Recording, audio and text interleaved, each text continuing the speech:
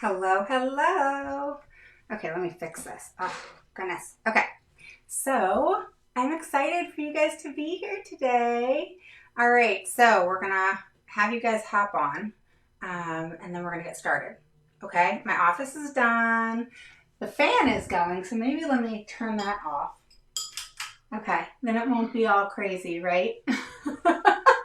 So turn the fan off so you guys don't see that craziness going on. But my office is done. I'm so excited. So I'll have to do like a tour with you guys like coming up. But I'm excited about my office being done. So excited. You don't even know. But yeah, I mean, have you guys realized like when you have to file paperwork in a file box or just get things together, it's a pain in the butt. I mean, and it's so time consuming. So I've been in a mediation all day. It was a shit show, ridiculous. And, you know, we had to get off just a few minutes ago. And I was like, let me go live because, you know, what else am I going to do? But it was not one I like. It was, look, another thing is I'm standing up. Like, this is so cool. Like, here's my chair. All right. But I have this desk now that I can stand up. Oh, so great. Okay. So I had to just tell you guys that.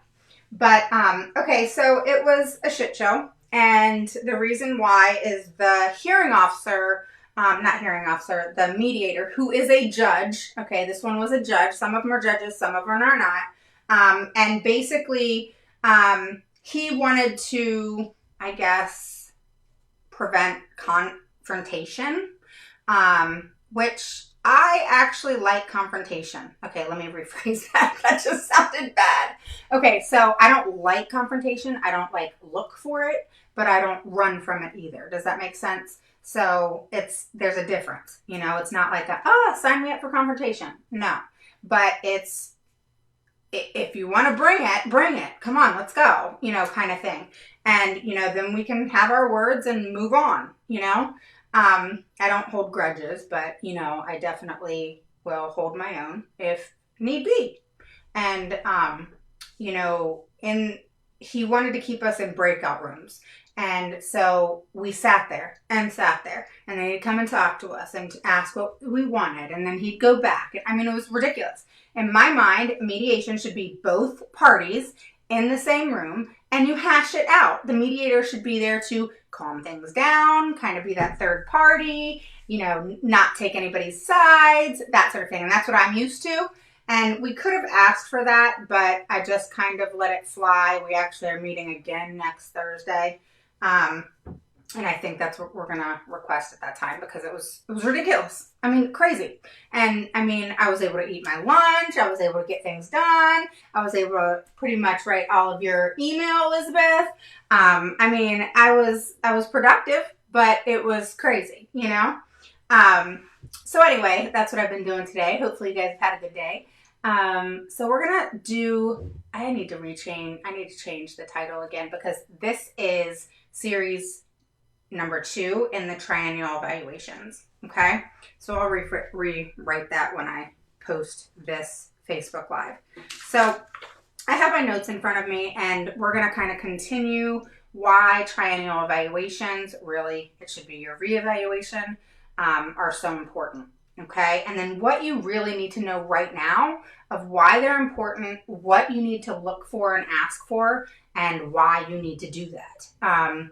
And don't fall for when school systems will say, oh, well, the decision is up to the evaluators as to what types of evaluations are done on your child.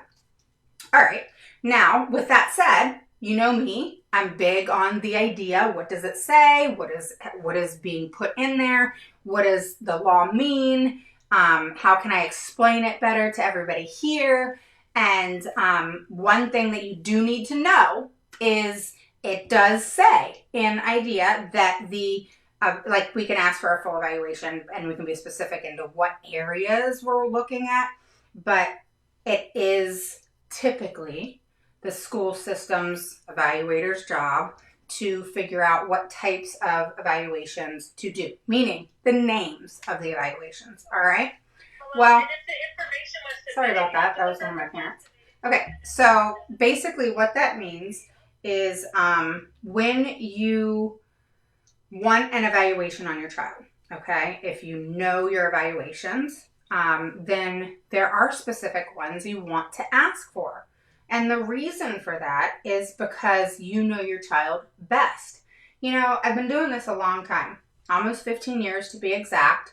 And what is frustrating is listening to school systems say they are the ones that are around your child and that they're going to be the ones to make the decision, when in fact, typically, not always, there's very little data that they're going off of. So you have your reads, you have your evaluations, you know, where they'll say it's an observation and they're called different things in different states.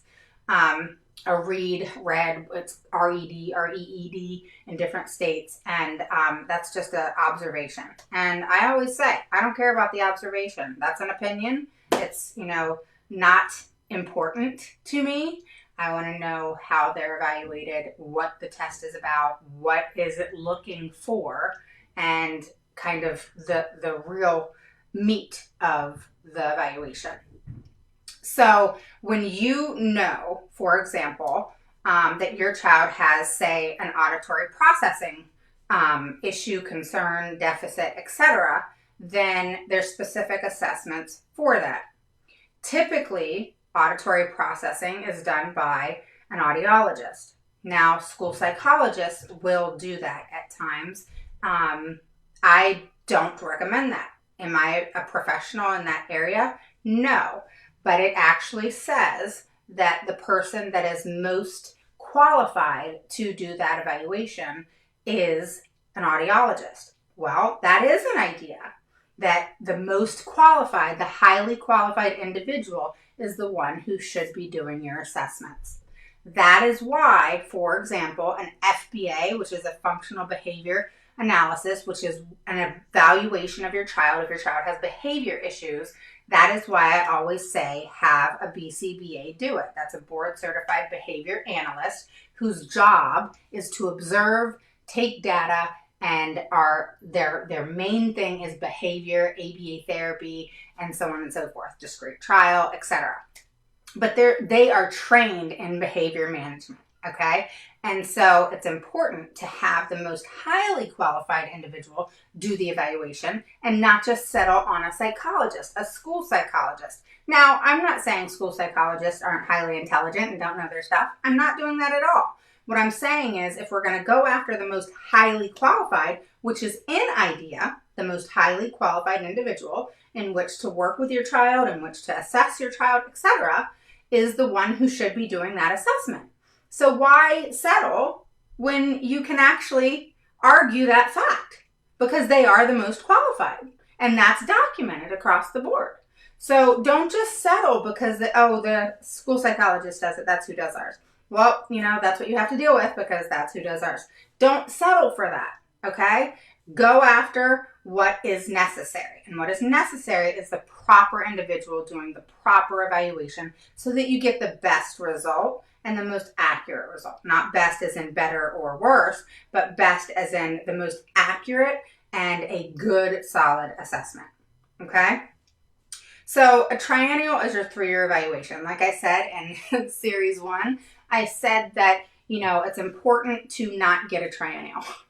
It's important to get a yearly evaluation. Just like your kids change clothes, I say this all the time, they change sizes. They're gonna change in their brain and how things work and what they're learning and what they're not. And either way, you're gonna learn if they're learning or they're not. Now, one thing I do want to mention that has come up recently that I want to throw out there, I always try to give you guys the most recent information that I come across, is if your school system is giving you your quarterly progress reports every 9 weeks or whatever it is, and you're getting solid data with those progress reports, oh my God, you're so lucky. And that's better data than having an evaluation. Did you know that? That doesn't mean you don't want an evaluation. That just means that if you're getting your progress reports with solid data, that is so awesome. Okay. So, it's one thing to ask for an evaluation, but if you were to say, hey, which one is more important? Honestly, that more recent week, quarterly or every 9 weeks, whatever it is that you guys are, is more important with that data than any evaluation would ever be. Okay. It's kind of like people that aren't good at taking evaluations or tests or assessments, that daily stuff. Like I was really good at taking or writing a paper. I wasn't really good at taking a test. Now I am, but as a child, I was not. And so, what you're good at is what you should really go after. So I was able to get very good grades because I was able to write really good papers. Where assessments, I was a BC student sometimes, until I got to college. So, it's important to know that there's a whole picture to data, the types of evaluations, meaning what evaluations are done, and the names of them, okay? Some of them are very similar, and some of them are not, okay? Make sure you guys share this. And I forgot to introduce myself. So for those of you who don't know me, my name is Reagan Woods. I'm the CEO and founder of Autism Mama Rocks IEP, and I help parents gain the knowledge and the confidence to become the CEO of their IEP meeting. With that said, post a 1 below if it's your first through third time catching me live. Post a 2 below if you're an oldie but goodie, okay? Make sure you share this. And the reason I say share this is not for me. It's about getting it out there about the IEP, getting the knowledge out there to parents who are wanting to learn more so that they can help their child and advocate for their child in the best way possible, okay? So with that said, we're going to continue this, okay? So what I want you to do, hey Myrna, hi Nina, hi Kim, and Kosha, and Lucy, and Jessie, and Elizabeth, and Beatrice, and Kristen, welcome, welcome. We have Jessica, and Perla, and Kristen, welcome guys. Oh my gosh, we got a lot of newbies. And hey Viviana, and Michelle. All right, so keep it coming, all right? So post a 1 below if it's your first through third time catching me live. And if you're new, make sure you join the group. Just stick in the search bar Autism Mama Rocks IEP group and join the group. So different from this page, by the way. Okay, it's awesome. So with that said, let's keep it going. So I want you guys to focus. I'm going to read kind of some things from IDEA for you, and then we're going to get moving on who should be giving these evaluations, going into that a little bit further. And then we're going to talk about the types of evaluations I highly suggest. There are others, but I'm just going to give you kind of a roundabout idea of ones you can look up yourself and really focus on and have the ability to know that they're ones that I like, but also know that they're ones that are, they're just really in depth and they're good, okay? All right, so with that said, this is the law that is required within reevaluations and triennials, okay? So a public agency, that is your school district, all right? So they can be called a public agency, they could be called the LEA. It gets confusing. Don't you wish it was just like one word? Let's keep it simple, but it's not. All right, must ensure that a reevaluation of every student with a disability is conducted in accordance to section 300.304. So you can look this up yourself, and 300.311. So all you got to do is go to IDEA capital letters, and you can put 300.304 or 300.311, but it's, in between. Thank you, Kim, for sharing. Hey, Susan. All right. So if the public agency determines that the educational related service needs, including improved academic achievement and functional performance, all right, of a student warrants reevaluation, or if the student's parent or guardian or teacher requests a reevaluation, all right, limitation, a reevaluation conducted under paragraph A of this section, that was the public agency must ensure the reevaluation is done with each student. Basically, it's saying that it may not occur more than one time a year, as you've learned from me, and unless the parent or guardian and public agency agree otherwise. So you can actually have an evaluation earlier than 1 year Do you need it? More than likely not, unless there's severe regression or something like that going on. And then, of course, there's situations where, things are warranted. But either way, an evaluation must occur every 3 years unless the parent and guardian or the public agency agree that an evaluation is unnecessary, which please don't ever do that.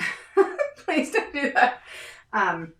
So professionals involved in a reevaluation, okay? You have your psychologists, you have your social workers, you have your teachers, you have your, what else?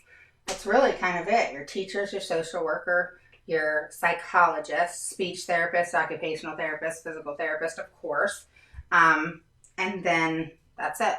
All right. So whoever it is doing your evaluation has to do with what area in which they're assessing.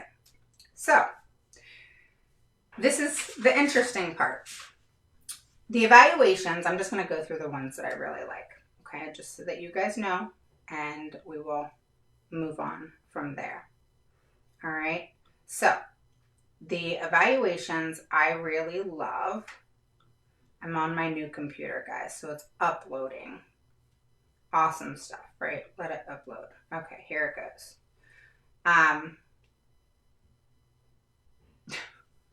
It's uploading. Okay, here we go. I guess I have a lot of notes, guys. Okay. So I call it my first email for clients. So this is what I send out to clients it's the first email I get together for clients when I send out to the school system. So believe it or not, it's the same damn email, just tweaked, okay? And for some reason, it gets people's attention, okay? So basically, but I'm asking for a FERPA request. I'm asking for all of these evaluations, etc. Plus, I guess when an advocate comes on board, who knows what schools think? I don't know. I'm not in their head. But so the first evaluation I like is the psychoeducational. Well, if you think about it, psychoeducational is what? It's just one word that has a ton of stuff that can go into there. All right. So just think about a circle, psychoeducational written in the middle. And then you got all these different things that go into that psychoeducational, dependent on what you're wanting to evaluate. All right.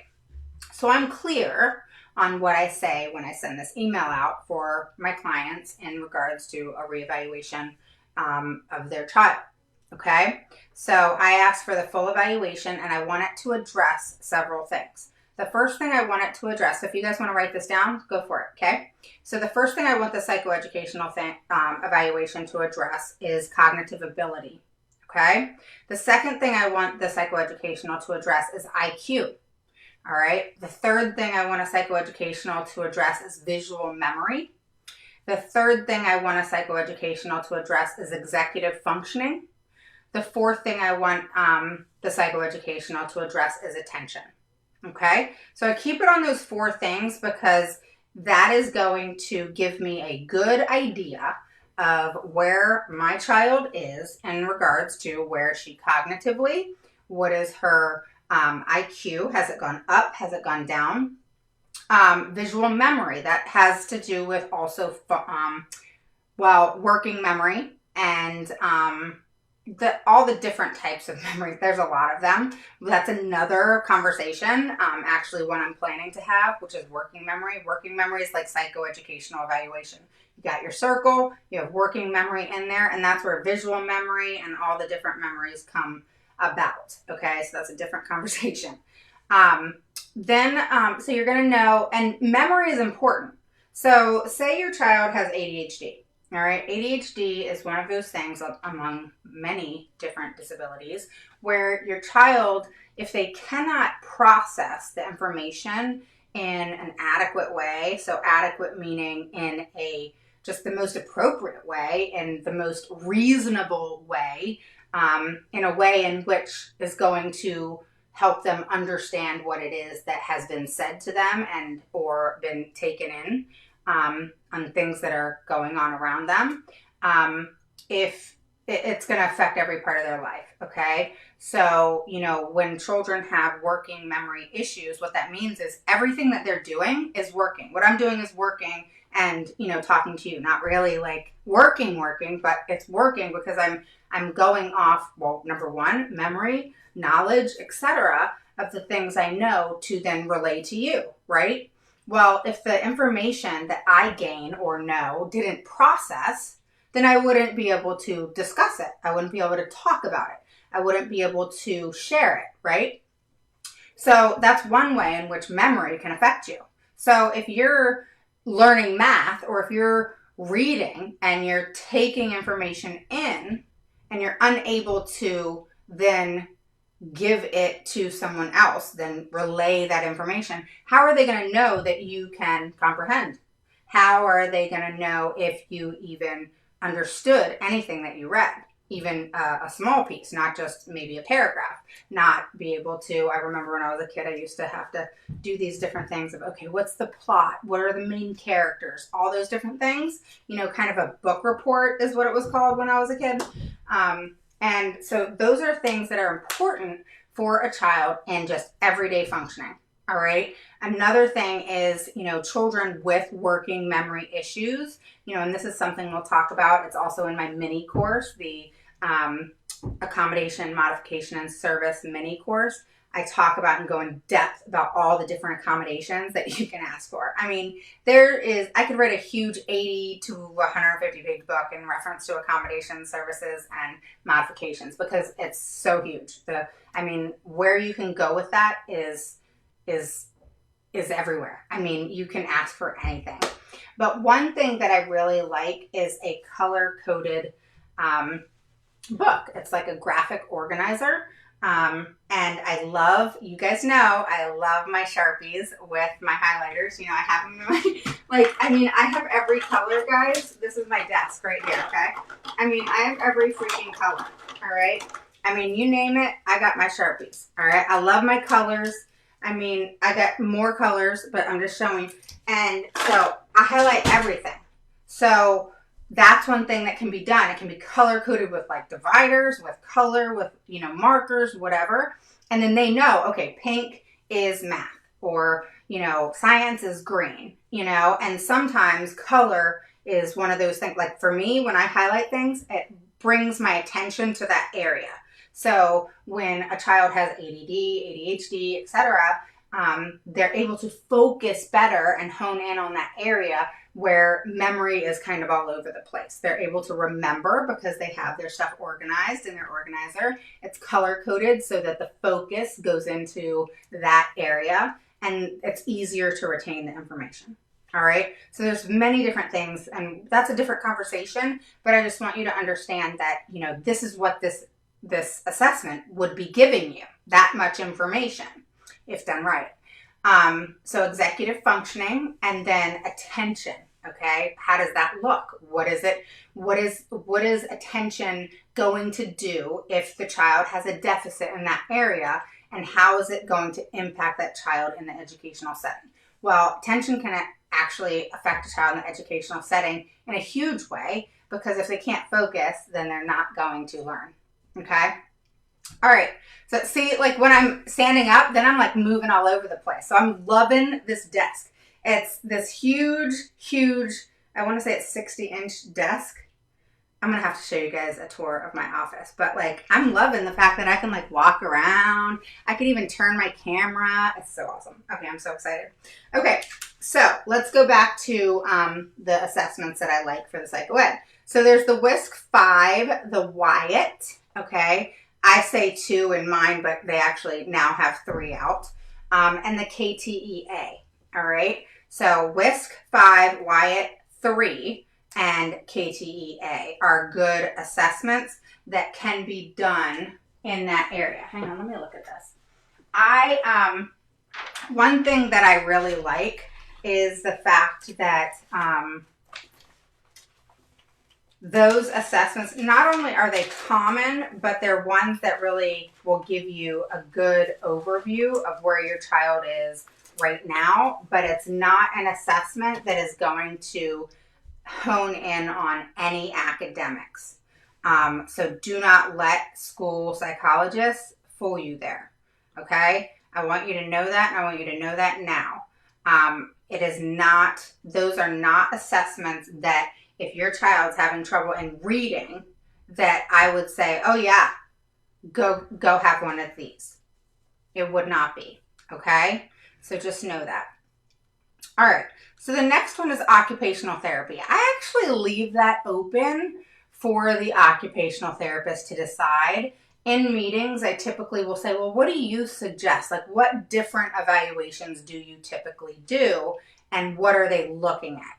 Obviously, you want to focus on fine and gross motor, okay? And then you can expand from there. So you want to say, fine and gross motor is really, where I want to hone in on. But what do you do to branch out? What do you do to branch out and see other things that can be evaluated for my child, so that we can really get a good picture? Like and you can even throw things out there and say, what is your experience in branching out and doing other evaluations other than honing in on gross and fine motor? Okay, so challenge them, see what they have to say. They actually like that. They like when parents come to them and say, what do you suggest? What do you have experience in? And one thing I've found is service providers specifically, they will be honest about what they have done and typically what they have not done. And there has only been one time and that was recent, where the psychologist was just an idiot. And, I told the parent right away, she's an idiot. And this was the psychologist. You need to, be careful. And I would let her do her evaluation that she says she has experience in. We'll check it out. And if it's not good, then we ask for an IEP. So we'll give her the benefit of the doubt. But my first gut instinct was, oh no, this is not good. Because my thing is I want the best person to be doing my child's evaluation. I want the person who knows what they're doing. I want them to be confident in what they're doing. And I want them to have the attitude that I have not seen lately, unfortunately, that, hey, if this child isn't ready, if this child is not doing well that day, it's a bad day, it's not really an ideal day to evaluate, that they'll say, all right, I'm going to come back another day. I don't want an evaluator that's going to try to get things done quick, because for our kids, that doesn't work. It doesn't work at all, actually.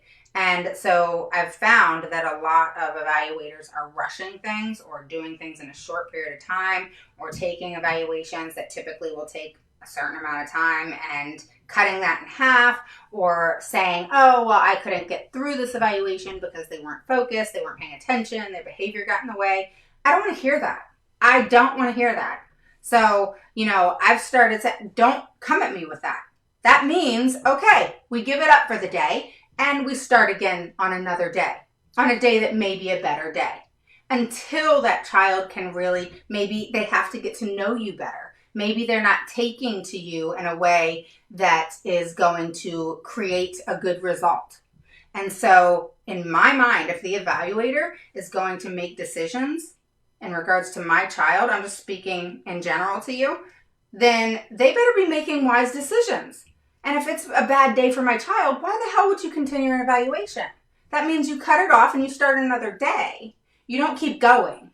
Okay? And that's one thing that I'm trying to, kind of get across in a lot of IEPs to evaluators is, if it's a bad day, do not continue. That means, okay, this isn't working. That's a professional decision that has to be made. I expect them to be professional in what they're doing. Okay? And you need to do that too. You need to expect them to be professional. All right, kids are human. They have good days, they have bad days, and we want to get a good assessment. All right.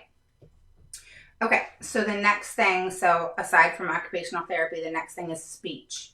The things you want to look for in speech. All right, you want a comprehensive speech and language assessment, and you want to make sure that assessment includes several things. Are you ready? All right, so the first thing is spoken and written language. Okay, so if you're writing this down, spoken and written language. The second thing is phonemic awareness. All right. The third thing is phonological working memory. Okay, so phonological working memory.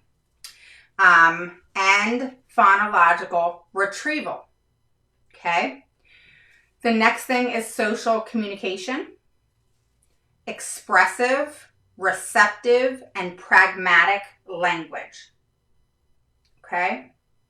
And then you want to focus in on auditory processing as well. Now, believe it or not, let's go to reading next. The speech therapist is the one who does the CTOP 2 assessment that I talk about all the time and the Self 5. So that needs to be talked about when you discuss speech, okay? So after you talk about speech and the ones that you want, you then can say, I want the CTOP 2 or the Self 5, and then you can discuss that with the speech therapist. All right, and those are ones that focus in on reading. All right, the two I think go hand in hand. Don't be fooled. They are not alike. Okay, do they have some similarities? Sure, but they actually come out with very different results. Okay, so make sure that you are not convinced, oh, there's so much alike, let's just pick one. Or, we really like this one instead. Whenever I hear that, we like this one instead, I say, oh, okay, well, why do you like that one instead? And then I let them explain it to me, and then typically I still choose mine. Not because I think mine are better, but because if what they said didn't convince me that it's going to cover the things that I'm wanting it to cover to basically get the gist and the meat of what I want for my child and the results that I want to see, then it's a no. Okay? So the next thing, all right, is an FBA. All right, so an FBA is a functional behavior analysis. That is a observation of your child in multiple settings. It's also, data that's taken. It includes input from the parent, input from educators, and a whole picture is created in regards to the student and their behavior, and then a plan is put in place in regards to a detailed write-up in regards to that child, the behaviors and so forth are put in play. From the FBA, a BIP, a behavior intervention plan, can then be put in place to then be implemented with the IEP in regards to your child's behavior. Okay, so that's the purpose of an FBA, is to then hopefully create a BIP.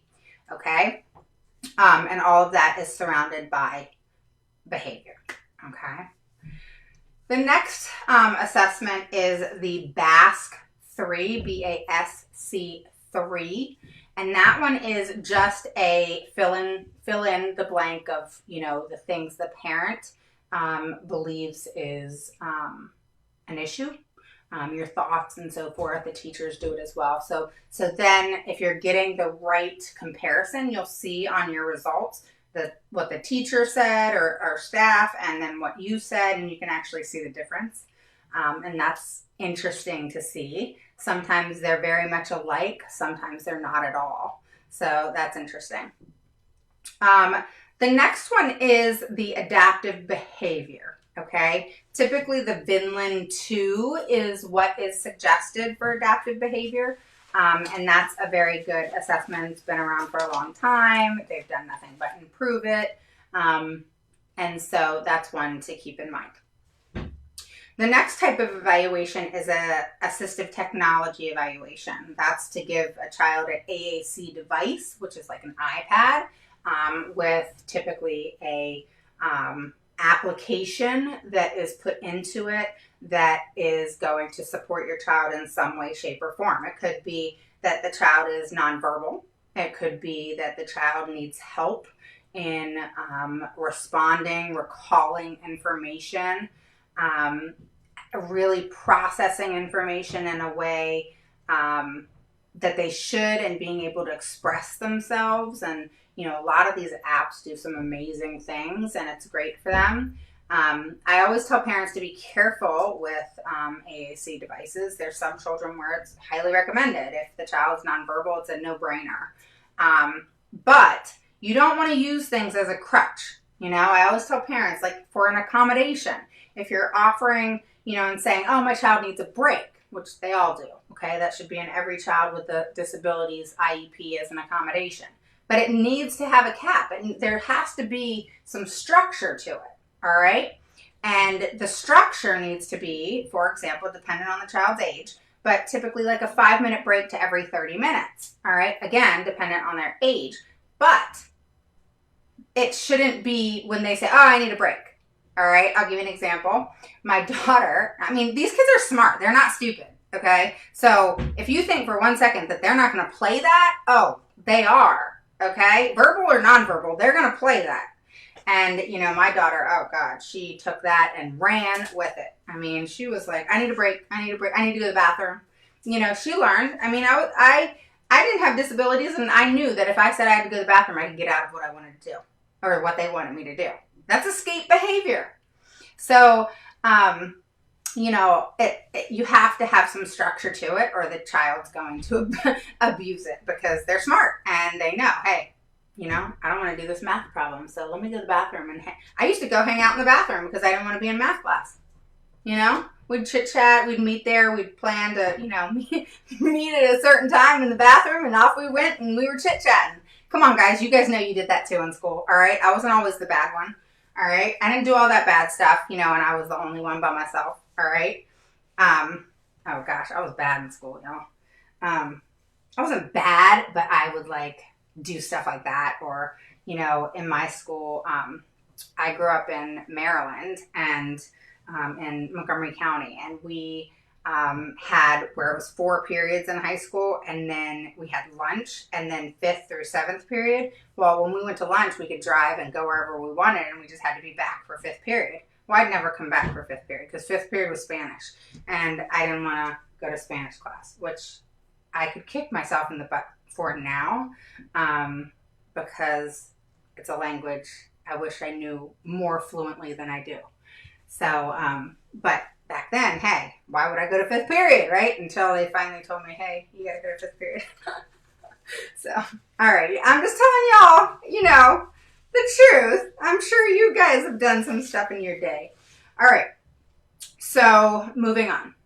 All right, so if you get a assistive technology evaluation, it always, and your child gets assistive technology, then you need to make sure that you are trained and your child is trained on that device, okay, whatever it is you're given. And that needs to be put into the IEP. All right, typically what I have parents agree to is an hour a week for the first month, 2 hours a month the second month, and 2 hours a month the third month, and then as needed. All right. So the next assessment is the ADOS. That's if you want your child evaluated for autism. They're not diagnosticians, okay? But it's one that can be done. Typically, if your child's already diagnosed and it's in the IEP, don't even bother with that. There's no need for that unless the school says, oh, we need to do that. The next one is for auditory processing. That's the TAPS 4. There's multiple, but that's a popular one, and I like that one a lot. And again, really push for audiologists to do the auditory processing. Okay? And the last one I typically will ask for is the visual processing, which is the VPS. So that's a visual processing assessment. Okay? So those are the ones that I really focus on. The CTOP2, the self, if your child has reading issues, for example, if you're wanting, like a dyslexia diagnosis, things like that, that would be more the avenue. Okay, so like you couldn't do what you would do for a psycho ed to get dyslexia per se, but it could weigh in on the CTOP 2 and the Self 5. Okay, so if you had the Self 5, the CTOP 2, and then a Psycho Ed that did cognitive ability and IQ, then you would have a really good picture, and the diagnosis is there. However, the school won't tell you. All right, so you'll have all these scores. Okay, dependent on what your score looks like. And the score looks like, one of my clients, I think she's still listening to me, I'm not sure. But Viviana, her son has the best evaluation I have ever seen, ever. It's 51 pages, and it's every damn assessment you can possibly think of. She was telling me that the evaluator was young, just fresh out of school. And so they're like, I want to do all these evaluations. I mean, that's the person you guys want, The one set in their ways is not so much the one you're going to want. You got to look at that. It's kind of like we decide on different things. It is what it is. You guys know I'm a straight talker. And so it's like, if, I have a friend who had, cancer, and she was telling me, she said, shit, Raven, I'm not going to just go to any doctor. What are you talking about? We were having a conversation. And I said, well, how did you decide, like who you wanted to have surgery with and so forth. And she had said that, she had interviewed a lot of doctors. She was like, I interviewed them. And she said, I had to look at, did I want the young doctor fresh out of school who, not so much fresh out of school, but, had been, that was younger, okay? And then, the doctor that's been around forever, and this was his kind of baby, dealing with, breast cancer and so forth. And then she said, you have different doctors, and that, of course, she went with the more, that was their baby, and that's what they did. But at the same time, then she had to choose who, and she said, I went with the one that was a nasty sucker. And that's a lot like me. I don't care if you have bedside manner. If you're a good doctor, that's who I'm choosing. So it's the same thing with an evaluator or anything else, right? I don't care if you're mean as heck to me. Be nice to my kid and do what needs to be done, and we're good. I don't care if you're nice or not. I don't care what you do on your free time. But if you're going to give a good assessment and you're good at what you do, that's what I want. That's the person I want. Not the person that everybody's gossiping about, and I don't worry about that. If someone's gossiping about something, here's something that I want you to keep in mind. If somebody is gossiping about somebody, all right, that person is important enough for them to be chatting about them. That's how I look at gossip. Do I look at it, and if someone says, oh, I don't like her, and she did this, and she did that, does that bother me, or does that make me think differently? No. A lot of times when I hear stuff like that, I think, well, that person could be saying that about me, And I look at it like, if that person's going to talk about this person, then what would stop them from talking about me? But I am, Skylar. I'll talk later. Okay. The other thing is, to keep in mind is if someone's being talked about, just to say evaluator or something like that, all right, unless they did something crazy and bad, there's something about them that is making people talk. What is it? Find out what it is. And if it's something that is a good thing in regards to what it is they did, or they were strict about XYZ, that's not something to run away from. Okay? So don't think that all perceptions of somebody is always the right perception. Okay? It goes back to observations. All right? I argue observations till I'm blue in the face, but it's something that is serious. I don't care what your opinion is. Okay? So it's one of those things where when it comes to my child, I want data. All right? So go with the person that's going to give you the right evaluation, the right data, the right stuff, maybe strict, maybe the worst teacher. You're like, they have no patience, whatever, but they're going to give you one heck of assessment. Go with them. All right? because that's where you're going to get the right information. All right? Someone who's going to make really good professional and educated decisions. All right. So the next thing I want to talk about before I wrap this up, okay, is you need to make sure that when you're, and this is what you need to know now. That's what we're at, okay? And then we're going to continue this. We have one more series in this, and we're going to wrap it up, all right, tomorrow. So tomorrow morning, more than likely, guys. So definitely remember that before noon. So in wrapping today up before we continue tomorrow, all right, you want to make sure that when talking to the team, what you need to know now, all right, is that we're going through a time that's crazy, all right? We got COVID going on. We have things supposedly getting worse. Who knows? Who knows if the numbers are right or not right or wrong or whatever everybody's saying. Bottom line, schools aren't open for the most part. All right. Some schools are, most aren't.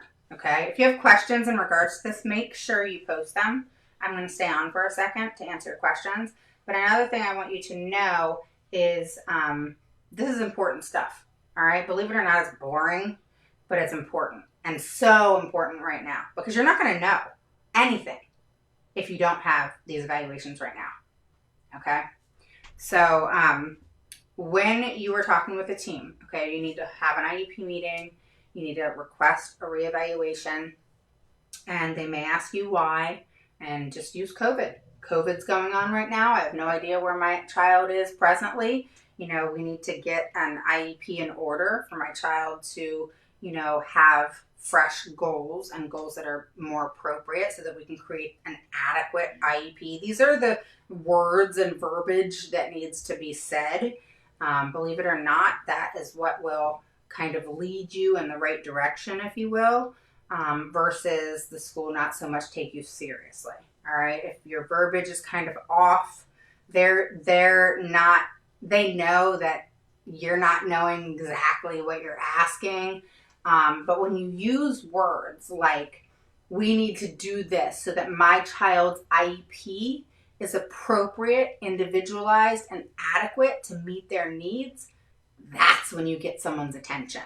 Because by law, that's what evaluations and things that need to go into play are going to provide. Okay? And so that is your argument, is we need to establish an IEP that is adequate and appropriate and appropriately individualized for my child. And right now, we don't know where my child is individually. We don't know what the right present levels are.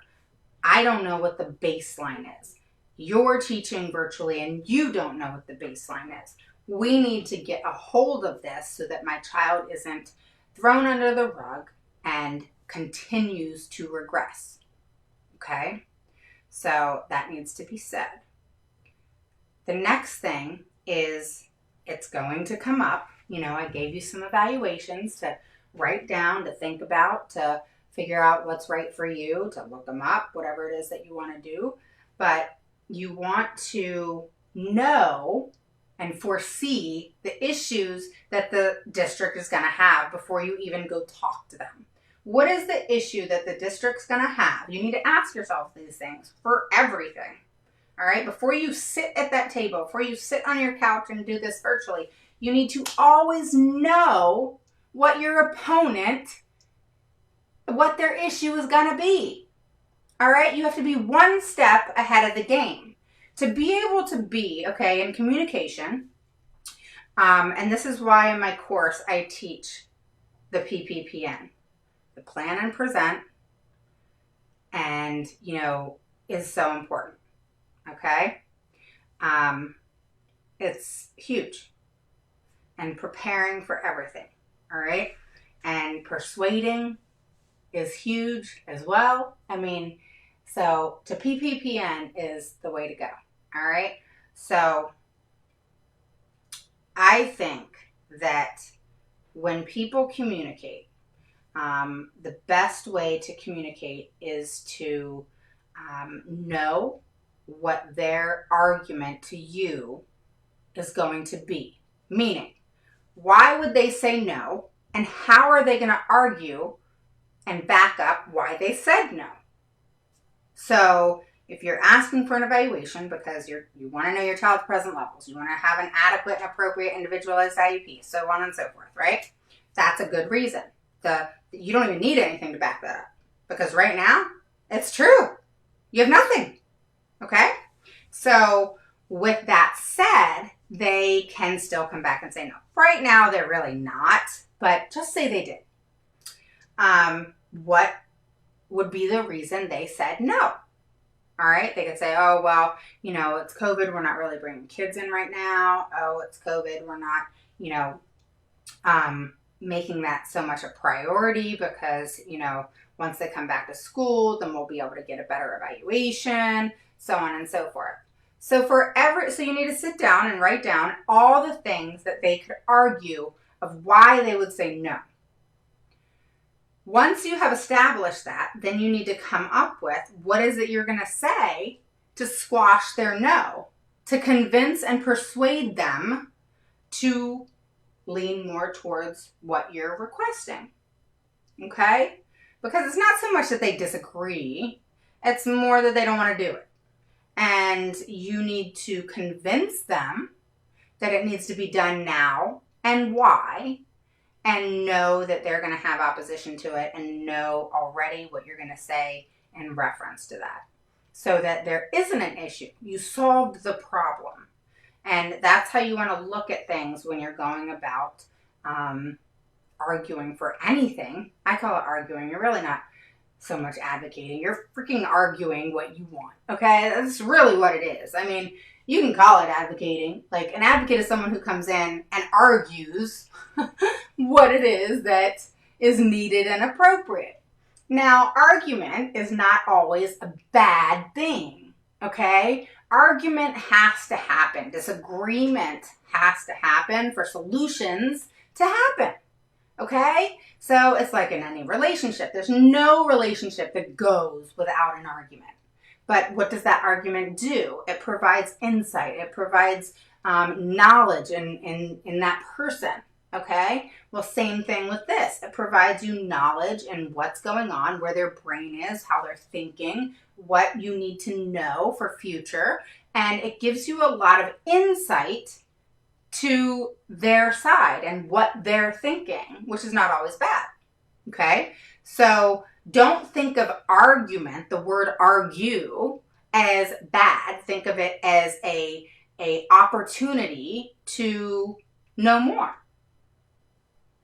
Change the way your mindset is thinking about it. Think about it in a positive way and know that you're arguing for what? The best interest of your child. That's positive. You're arguing to convince and persuade the other side to come over on your side because what you're saying is in reference to what's needed and appropriate for your child. That's not bad. So look at things a little bit differently when people say argue in this situation, that it's not a bad thing. Okay? And make sure, last thing, is when they come up and say, well, we can't agree to those specific evaluations. These are the ones that we do.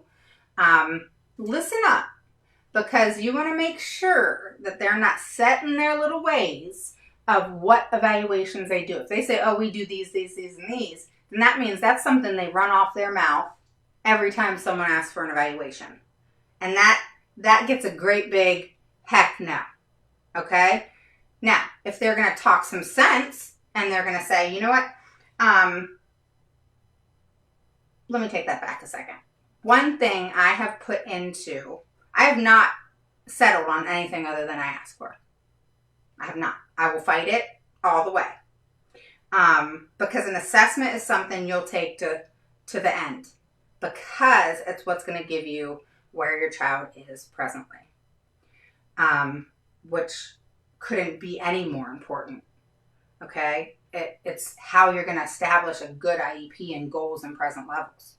So, don't think it's a small thing that you're arguing for. It's a big thing. It's everything. so that you can then establish and create an appropriate IEP. So do not accept, these are the ones we do. So this is the solution. Okay, those are the ones you do. Not a problem. So let's agree that all the ones I want will be done because all of the ones I want are based off need. Okay, so all the ones that I listed for you, so say the child doesn't need a assistive technology, then I take that one out, you know? So they're not all included all the time. Sometimes they are, but not always. So, you know, say, all right, let's do all the ones I want, and the names that I want, you can put it into the consent form that I sign, or you can put it into the PWN, all right? But because I agree with you that you have an immense amount of knowledge, praise them, give them validation, and say, you have an immense amount of knowledge as well, as I do. We're a team, say that, and say, so how about we put into the consent or the PWN that it will be all the evaluations that I want and the names, okay? But also any other evaluation deemed appropriate by the evaluator. Then what does that do? They give you what you want, you give them what they want. It's a win-win. That is teamwork. There's no arguing that that's not teamwork, okay? Now, if they go back to, well, it's the evaluator's decision, that's not what we're doing, blah, blah, blah. Well, that's when you say, okay, you want to play that game? And I say it just like that.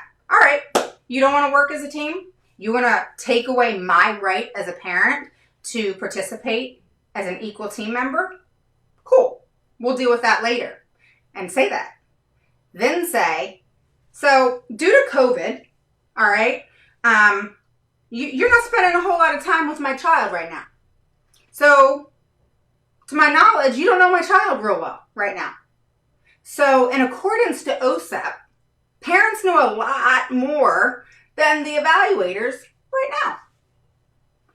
And in accordance to OSEP, there's a lot of tweaking going on right now because the evaluators, because the school, because the staff aren't really in contact with the kids that much. Okay, typically in most states right now, it's hybrid or straight virtual. The ones that are fully in school, you know, a little different.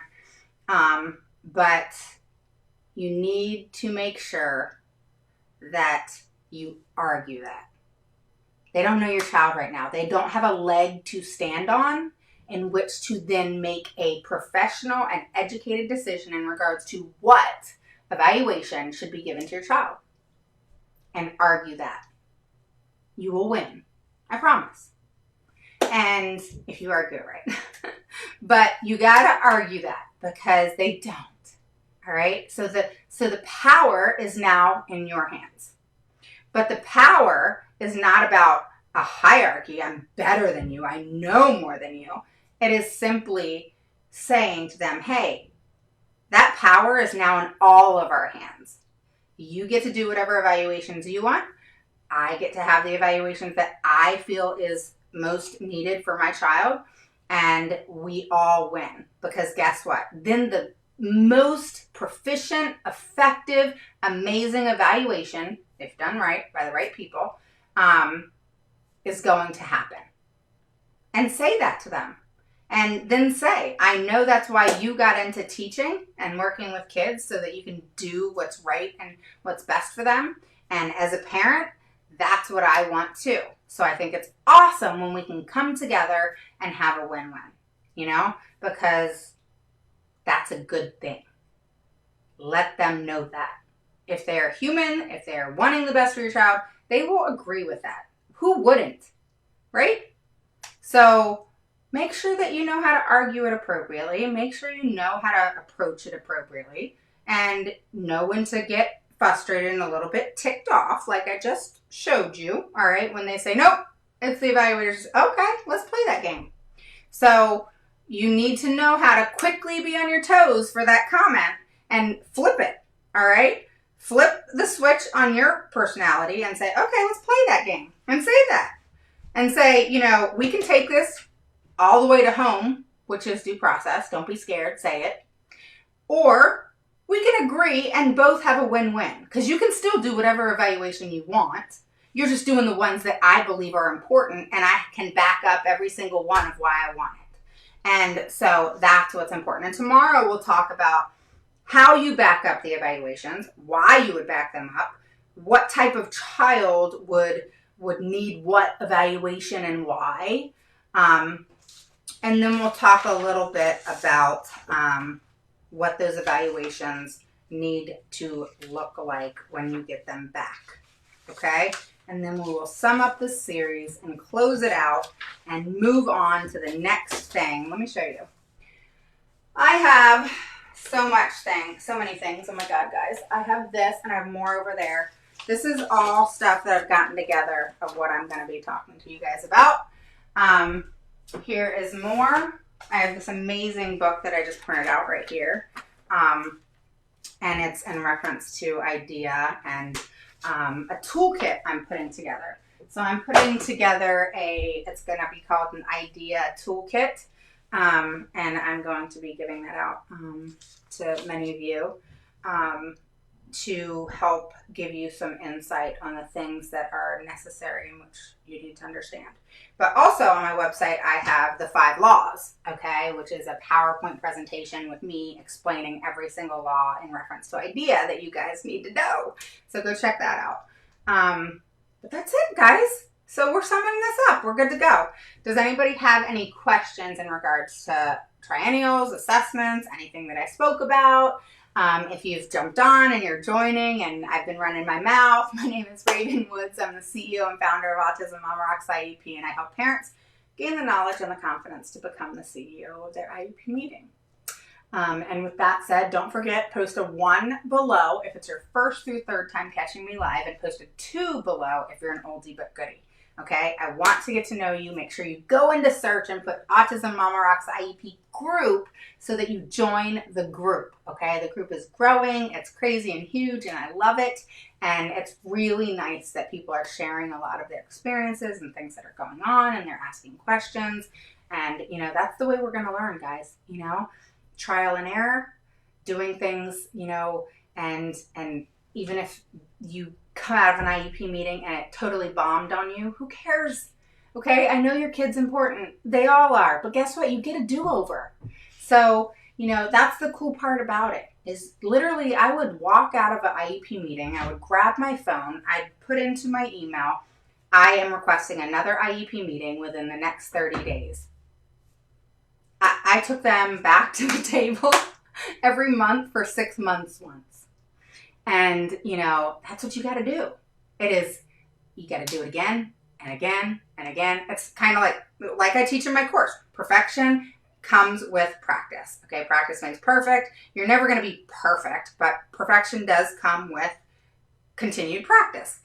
And, you know, people have said to me, you know, well, how do you change? Like, I change my tone a lot in an IEP meeting. I can be loud. I can be more monotone. I can be, you know, that negotiator, one that works completely with the team, one that says, oh, hell no, this is not happening. Y'all are out of your damn mind. I've said that many times. You know, I have gotten along amazingly with certain teams. Other teams, you know, the first thing they say to me is, oh, you're berating my staff. No, I'm not berating your staff. I'm asking a question that they don't want to answer. And because they don't want to answer, you're saying that I'm berating them. However, the parent has a right to the response of the question that I'm asking. So again, I'm going to ask you again. Please respond to this question.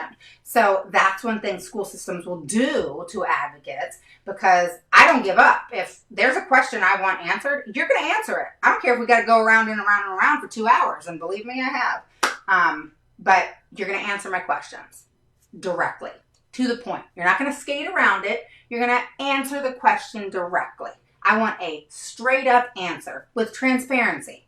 Own your shit if you screwed up. That's okay. We all screw up. Let's start over. And so that's the attitude you have to have. Have your tone change in IEP meetings. Don't stay like this. Don't show you're scared, and just go for it. Okay? I do have openings now. I'm going to be redoing my calendar.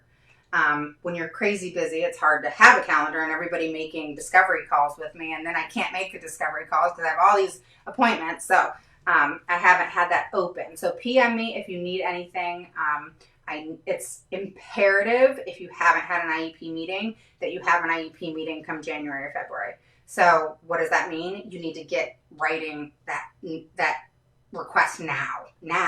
Okay? So you have the end of the year coming. You have annuals coming that are, in the more January, February timeframe. Do your annual early. Okay, you can amend that. You can change that. Okay, and say, hey, let's do it early. Let's do a reevaluation early. All of those things. Now is the time to do that. Do not wait until May to do evaluation or to ask something. You don't want to do that. All right. It's kind of like parents who it's June, July, or August, and they're like holding off till August to write an email in reference to something. The district is still there all summer, okay? So you can't let the time of year prevent you from doing what needs to happen, all right? Because most of our kids, even if they're not, need ESY, and especially right now, holy hell. So you need to be on it. You need to make sure your IEP is on point.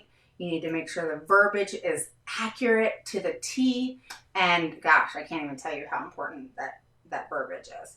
But you also need to make sure your accommodations, modifications, and services are good. Screw the group thing unless your child is very proficient in that service. Don't do group. All right?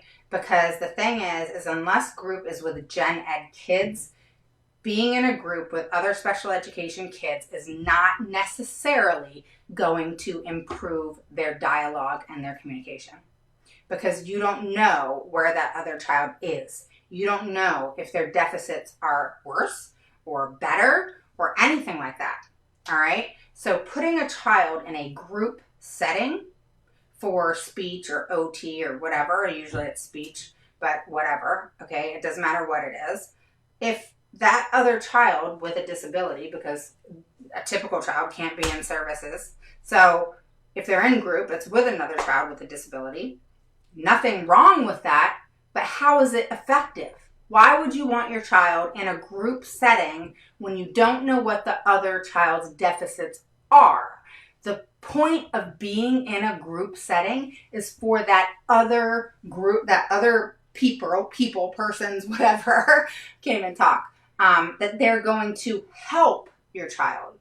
All right. That's why it's so important that if you're going to do a group setting, so for example, your child needs speech. All right. So if they had like one time a week individual direct with the speech therapist, and then they had one time a week with a group of typical children, that's amazing, because what is going to happen? Your child is going to grow and learn from those typical children.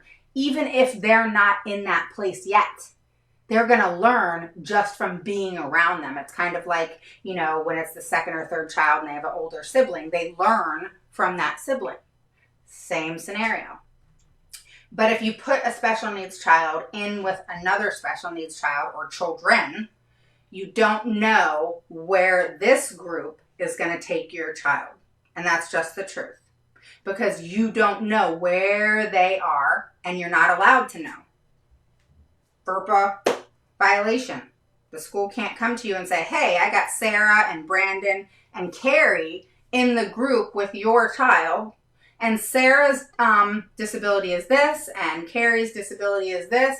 They can't do that. So they're saying, hey, we're going to do group with your child, and when I've argued this before, they said, oh, well, group is so much better because, then they have a chance to have dialogue. They have a chance to, talk with other kids. And I'm like, well, how do I know that? Tell me about these other kids. They can't tell me about the other kids. So then I say, well, if you can't tell me about the other kids, which you can't, and I don't want to know because it's not my business, you're not going to have my child in a group because I have no idea, because I'm a team member, just like you. I have no idea where my child is going to go with that. How do I know that there's going to be a benefit to my child by being in the group? If not, is it going to be a hindrance? Is it going to pull them down because maybe they're in a speech therapy group, with a child that's nonverbal? How is that going to help your child who may be speaking? You see what I'm saying? Now, if you take a nonverbal child and put them with special needs children that are speaking, then there's some gain there. But as parents, we have to look at where is the gain at, where is the gain gonna be, and what do I need to do to ensure that my child has that opportunity and is put into a position in which they're going to grow. And that's what the school has to do. But yet they'll put our children in a group setting with other children that are not typical, that have special needs, and we as parents have no clue if that's a good or bad thing. Okay? So just keep that in mind too. All right? So I will talk to you guys soon. Thanks for joining me. And I know I have some new people, Michelle and Kosha. Hey, Carrie. Hi, Perla. How are you? And Jessica. Welcome. All right. Hey, Kim and Aaron. And Nilda. Is it Nilda? Welcome. Hi, Linda. I'm definitely saving this video. That's awesome. Thank you. And we have Melissa. Welcome. My question is, how do I know or learn which evaluation my child needs? Well, that's what we're going to talk about tomorrow. But I did talk about on this video, Melissa, what evaluations do what. So if you didn't hear that part, then go back and listen to the replay, but that's a good one. Hello, Missy. Welcome. And Melissa, you're new, so welcome. Definitely join us tomorrow for the, hey, Rachel, how are you? Long time no see. Hi, Lori, how are you? Hey, Barb. You're a 3. You're funny. And Mary, Barb says, I listen to you and it sounds so easy, but I'm so aggravated with school. Well, we're going to be talking soon. So actually I need to message you when I get off here. And Inez, how are you? And Kim says, my husband said that I did pretty good for the IEP meeting. I know you told me about that. I'm excited for you. As he has never been to one. There was a few things I forgot or got angry about and just stopped as I was frustrated. When I was done, I said that I can only get better from here. Oh, yeah. We'll see what the IEP says, and we'll schedule another meeting until they get sick of me. Yeah, well, the thing is, oh my goodness, how do I say your name?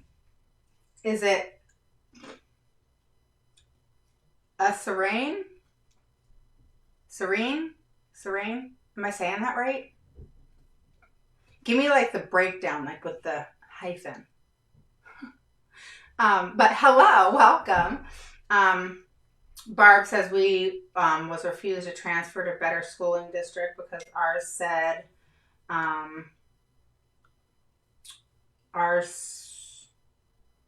said they had classes he could take in ours. Yeah. All right. So real quick, Kim. Asserine. Is it Asserine? Asserine? Am I saying that right? Tell me. Okay. So So Kim, when you get the IEP back, you just look at it, through it, message me if you want to get together for we can do it. I mean, depending on how many pages is your IEP, but depending, we could do it in a 1 or 2 hour.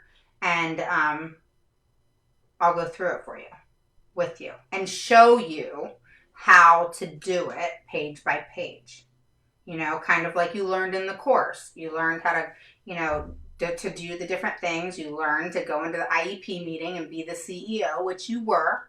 All right, CEOs don't start out perfect.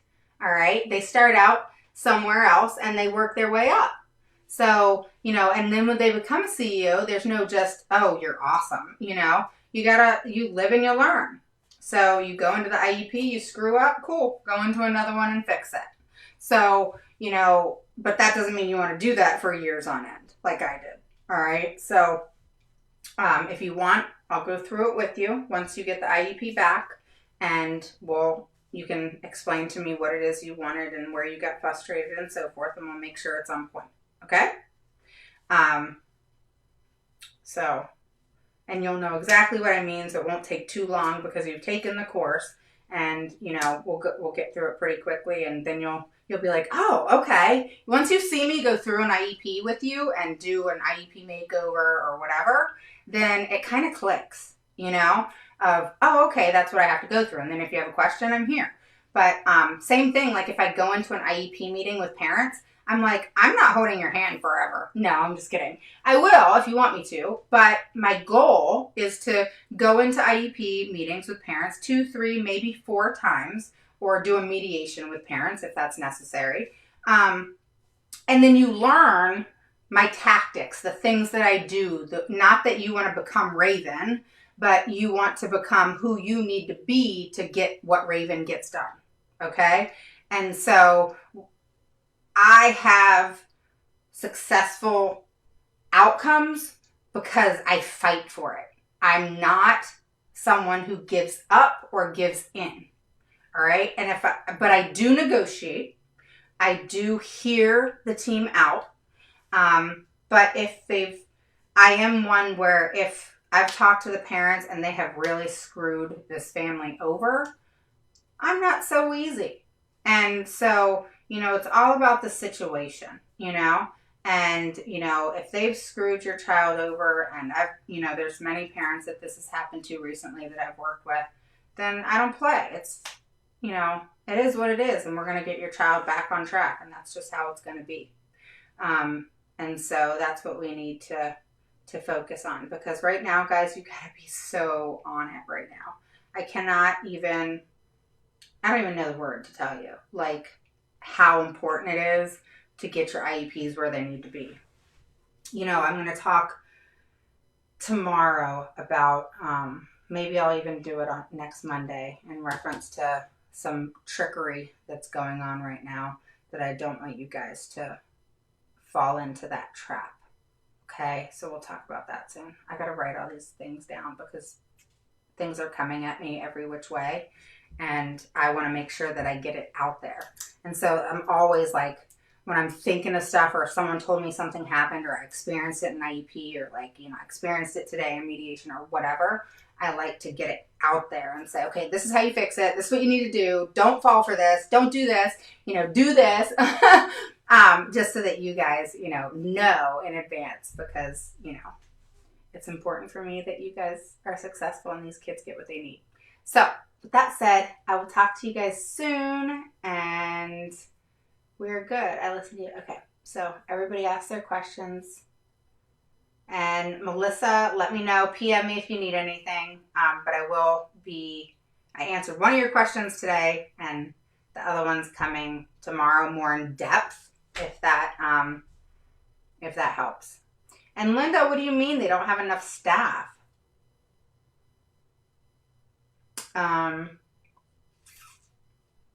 Do they not do this assessment with the babies? My son got his IEP at 3, and I don't think...